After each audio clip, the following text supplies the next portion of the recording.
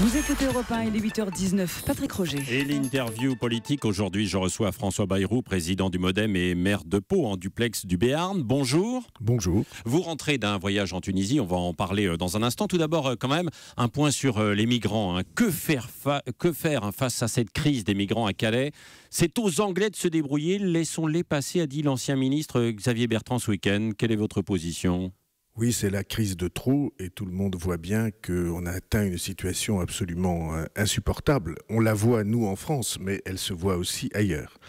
Alors, pour cette crise spéciale et particulière que nous vivons à Calais, il y a une chose impérative à faire. Il faut qu'il y ait un sommet opérationnel, il faut qu'on exige un sommet opérationnel entre la France et la Grande-Bretagne, qui donnera aussi sa place à la mairie de Calais, parce que c'est les habitants de Calais et les élus de Calais qui vivent au premier rang cette crise. Il faut ensuite qu'on y associe les associations, les organisations non gouvernementales. C'est un grand sommet, oui, un grand sommet France-Angleterre avec tous les participants. Quoi. Oui. Oui, avec les deux gouvernements. Vous voyez bien qu'on on saute d'une attitude irresponsable à une autre qui est une attitude légère. L'attitude irresponsable, c'est qu'on dit c'est la faute des autres, ils n'ont qu'à se débrouiller et on va faire en sorte que nous, on n'ait plus cette charge sur les épaules.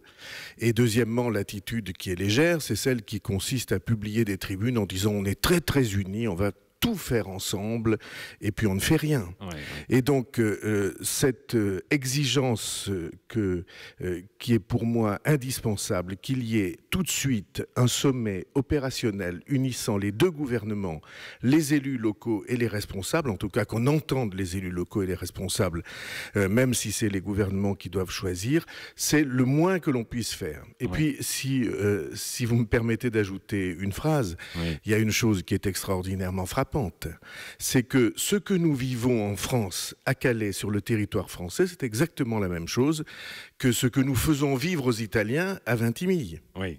C'est-à-dire que le fait que des préoccupations uniquement nationales, la préoccupation uniquement de son souci à soi, comme État ou comme pays, l'emporte sur le sens élémentaire de la solidarité qu'il faudrait avoir. Et ce qui est frappant, quand on écoute bien, c'est que les plus anti-européens viennent à vos micros et disent « mais au contraire, il faudrait l'Europe, mais ça ne marche pas, il faudrait que ça marche, mais ça ne marche pas ». Et ils font tout pour qu'évidemment, elle ne marche pas. Elle ne marche pas, mais c'est un échec selon vous quand même justement de Schengen et puis de la politique européenne, cette nouvelle crise des migrants? Ça n'est pas un échec de Schengen, puisque la crise à Calais, elle est provoquée par le fait que la Grande-Bretagne n'appartient pas à Schengen et que de ce fait, nous nous trouvons... Oui, mais il y a quand même en fait beaucoup de migrants qui arrivent parce qu'il n'y a pas de contrôle aux frontières, hein, c'est ce que disent certains. Écoutez, regardez ce qui se passe à la frontière italienne, demandez-vous s'il n'y a pas ce genre de difficultés et à d'autres frontières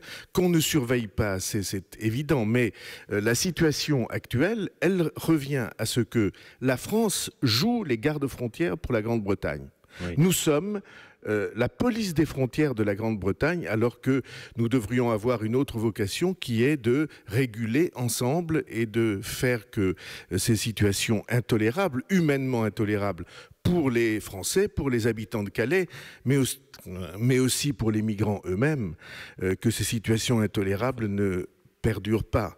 Et donc, il faut absolument changer d'attitude, de volonté, de résolution, se mettre opérationnellement autour de la table sur le terrain même, à Calais même, pour que les choses bougent enfin et qu'on ne reste pas dans une situation qui en vérité dure depuis 10 ans. Oui. François Bayrou, alors cette crise des migrants se joue aussi sur fond de déstabilisation en Syrie et en Libye et de terrorisme. Vous êtes allé en Tunisie la semaine dernière, un pays frappé par les attentats et puis du coup une désaffection des touristes. Qu'est-ce que vous avez constaté précisément vous là-bas ?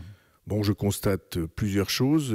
Premièrement, que les touristes s'en vont. Enfin, il n'y a plus ou presque plus de tourisme en Tunisie, ce qui est un drame épouvantable économique pour ce pays, économique et d'ouverture évidemment. La deuxième chose, une mobilisation des forces de sécurité qui est immense, une volonté des responsables gouvernementaux, du président de la République, du Premier ministre, de tous les ministres en charge de et des formations politiques diverses qui forment la majorité en Tunisie, qui a réussi une transition démocratique qu'ils sont les seuls à avoir menée jusqu'à leur terme. Et tout ça, au fond, pour arriver à une conclusion. Ce qui se joue en Tunisie, ça n'est pas le sort de la Tunisie uniquement. Ce qui se joue en Tunisie et d'une autre manière en Algérie, c'est le sort de nos pays, de notre société occidentale. Oui. Est-ce que les Tunisiens réclament de l'aide, de la coopération de la part de la France, de l'Europe, dans leur combat justement aussi contre le terrorisme? Ils réclament de l'aide, ils mettent, alors fondés ou pas, ils mettent en balance les efforts énormes qui sont faits pour la Grèce. Il faut leur rappeler que la Grèce est membre de la zone euro et membre de l'Europe et que d'autres pays sur l'autre rive de la Tunisie ne le sont pas. Mais enfin, ils mettent en balance les chiffres qui sont évidemment incomparables entre les deux. Ils ont eu un peu d'espoir parce qu'il y a eu une réunion à Bruxelles des instances européennes et des responsables gouvernementaux de la Tunisie pour essayer de faire bouger les choses. Ils demandent de l'aide, mais ils demandent surtout que nous soyons là pour garantir que leur développement économique, le tourisme et leur sécurité seront mieux aidés qu'elles ne le sont aujourd'hui. Et par exemple, l'aide première qu'ils demandent, c'est l'aide à la surveillance des frontières. Oui. Et ça coûterait en effet quelques centaines de millions, pas plus, de les aider à surveiller la frontière avec la Libye. Et la France, naturellement, a une responsabilité particulière parce que ça n'est pas la peine de le rappeler, la France a joué un rôle tout à fait déterminant dans la création de la situation celle que nous avons aujourd'hui en la déstabilisation, Libye, vous voulez dire, de la Libye? La déstabilisation, oui. Alors, Nicolas... Le fait que nous avons déclenché la guerre en Libye et qu'il n'y a pas eu de suite dans cette guerre. Oui, c'est ça. Nicolas Sarkozy, en visite aussi, comme vous, il y a quelques jours en Tunisie, a rejeté la faute sur la communauté internationale et implicitement sur François Hollande. Oui, c'est très facile de rejeter la faute sur les autres. Tout le monde voit bien qu'il y a eu en Libye le déclenchement d'une guerre qui a été faite sans qu'on pense à la sortie. D'une guerre qui avait deux aspects. Un aspect était souhaitable et fondé, c'était le fait qu'on sauve les populations de Benghazi. Et une zone d'exclusion aérienne aurait suffi pour cela. Et cet aspect, je l'ai moi-même approuvé. Oui. Et puis il y a une deuxième chose qui a été ensuite le déclenchement de la guerre définitive en Libye, avec tout ce qui s'est produit et qui fait qu'aujourd'hui, il n'y a plus d'État, plus la moindre trace d'État en Libye, que c'est le chaos, l'anarchie tribale, religieuse et de tous les trafics possibles. Et il revient à la communauté internationale, à la France au premier chef, qui devrait s'en faire le porteur aux Nations Unies, de dire que un mandat de l'ONU devrait avoir comme premier objectif, de remettre un minimum d'ordre, un minimum d'État, un minimum de force à la loi dans ce pays aujourd'hui abandonné au chaos. François Bayrou, un mot sur le drame en Bretagne ce week-end, avec les 4 jeunes tués et puis le conducteur sans permis. Il y a eu cette polémique avec la garde des Sceaux qui a décidé de remplacer les passages devant les tribunaux par des amendes plus lourdes. Qu'est-ce que vous en pensez? C'est déresponsabiliser les automobilistes sans permis?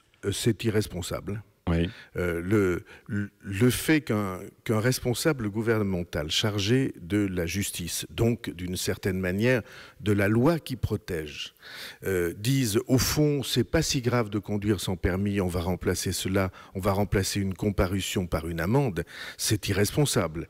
Et on ne voit pas par quel cheminement on est arrivé à ce genre d'irresponsabilité-là. Moi, je ne suis pas systématiquement opposé à ce que la ministre de la Justice dit, notamment sur les prisons, mais je suis extrêmement choqué par une proposition de cet ordre qui revient à dire aux plus jeunes, les plus vous voyez bien ce que c'est, une adolescence peu équilibrée. Ça revient à leur dire, au fond, ça n'est pas si grave. Or, c'est gravissime et on vient de le voir en Bretagne. Oui, merci François Bayrou. Vous êtes dans Duplex de Pau. Qu'allez-vous faire, vous, de votre été? L'écriture d'un livre, la lecture? Eh bien, je travaille. Je ne suis pas très vacances, donc je travaille. Et en effet, je lis, j'écris. Et puis, je m'occupe de la vie à Pau, qui est extraordinairement intéressante pendant l'été. Merci François Bayrou, président du Modem et maire de Pau. Vous étiez en duplex.